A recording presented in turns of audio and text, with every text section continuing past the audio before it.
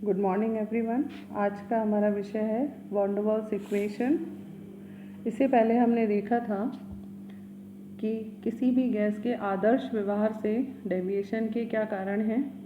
उसमें 2 पॉइंट्स को हमने डिस्कस किया था कि गैस के अणुओं का आयतन संपूर्ण गैस द्वारा घेरे गए आयतन की तुलना में नगण्य होता है, और दूसरा कि गैस के अणुओं के बीच आकर्षण नहीं पाया जाता। तो ये इन 2 अभिग्रहितों पर हमने ध्यान दिया था। इन दोनों में संशोधन करते हुए वॉन डेर वाल ने एक नई इक्वेशन दी। उन्होंने अंतर आणविक आकर्षण के बल के लिए दाब संशोधन किया और अणुओं के आयतन के लिए आयतन संशोधन करके आदर्श गैस समीकरण में इन दोनों संशोधनों को ध्यान में रखते हुए एक नई समीकरण व्युत्पन्न की, जिसे उन्होंने वॉन डेर वाल इक्वेशंस के नाम से दिया। वॉन डेर वाल ने कहा कि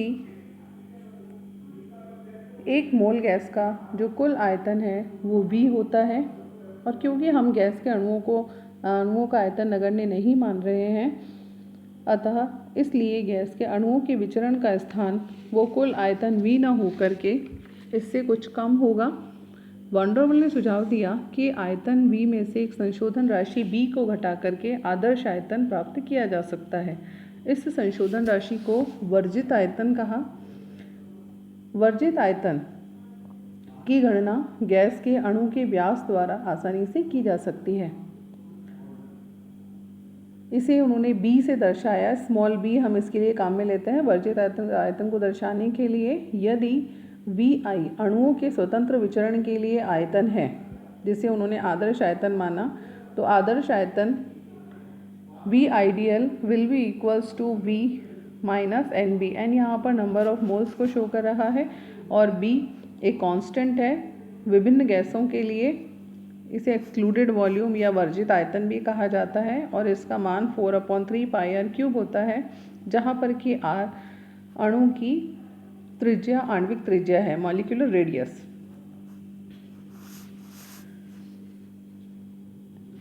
इसी प्रकार से उन्होंने दाब में संशोधन किया। यह संशोधन अंतर आणविक आकर्षण बलों के कारण किया जाता है। उच्च दाब पर जब गैसों के अणु पास पास होते हैं तो आकर्षण अधिक होता है। एक पात्र में गैस के अणु भरे हुए हैं। इनमें से माना कि एक पात्र के अंदर गैस के अणु भरे हुए हैं।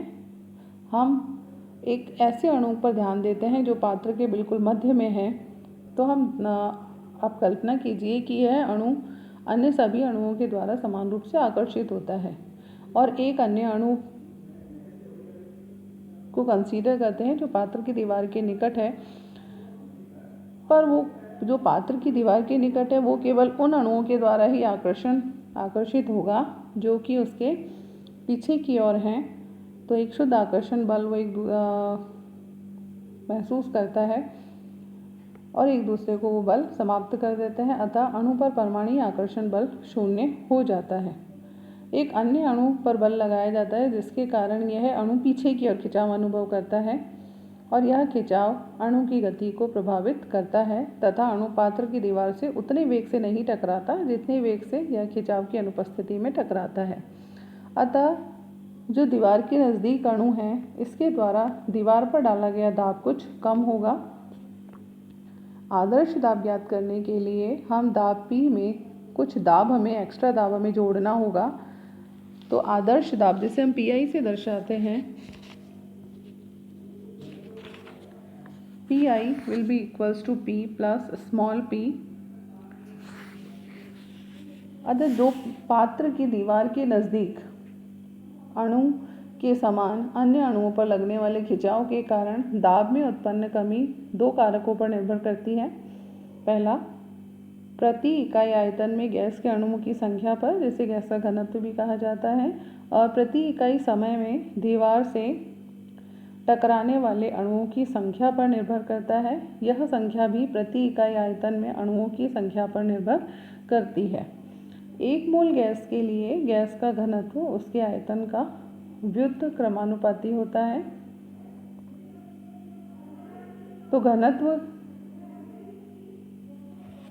का मान A/V² से दर्शाया जाता है, जिसे internal pressure of the gas भी कहते हैं। ए एक स्थिरांक है, कांस्टेंट है, जो गैस की प्रकृति पर निर्भर करता है। तो इस प्रकार आदर्श दाब का मान P + A/V² हम लिख सकते हैं।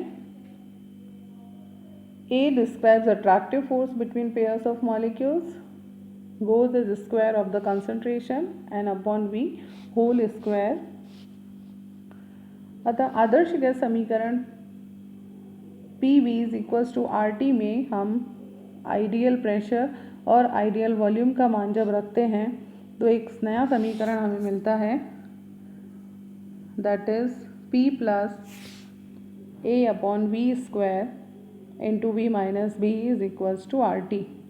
और n मोल्स के लिए हम इस इक्वेशन को P + AN² multiplied V - NB = nRT लिख सकते हैं। यह समीकरण n मोल गैस के लिए वॉन डेर वाल्स समीकरण कहलाती है।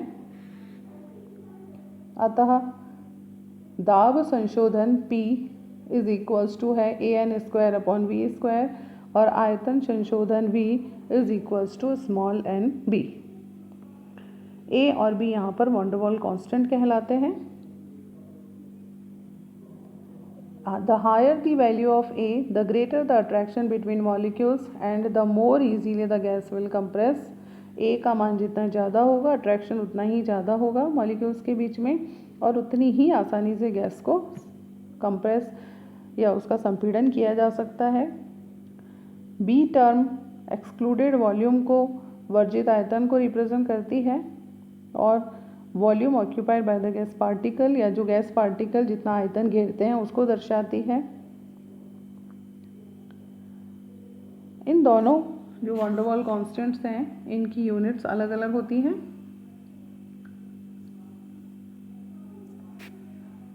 Von der Waals constant A, जिसे हम PV² से भी दर्शा सकते हैं, तो इसकी इकाई होती है एटमॉस्फेयर × लीटर²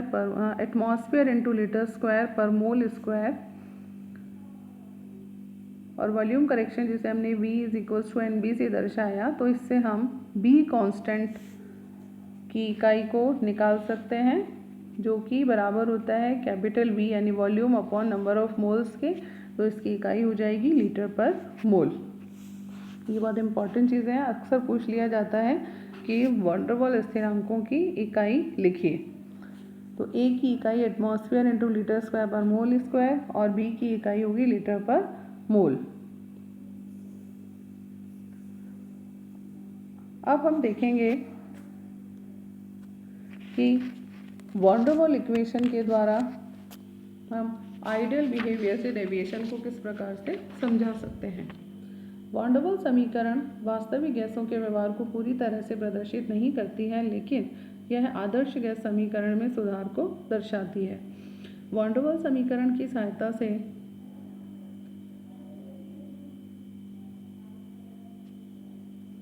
वास्तविक गैसों के आदर्श व्यवहार से विचलन की विभिन्न ताप और दाब पर संतोषजनक व्याख्या की जा सकती है। एक मोल गैस के लिए वॉन डेर वाल समीकरण को हम इस प्रकार से लिखते हैं, P + AV² × V - B = RT।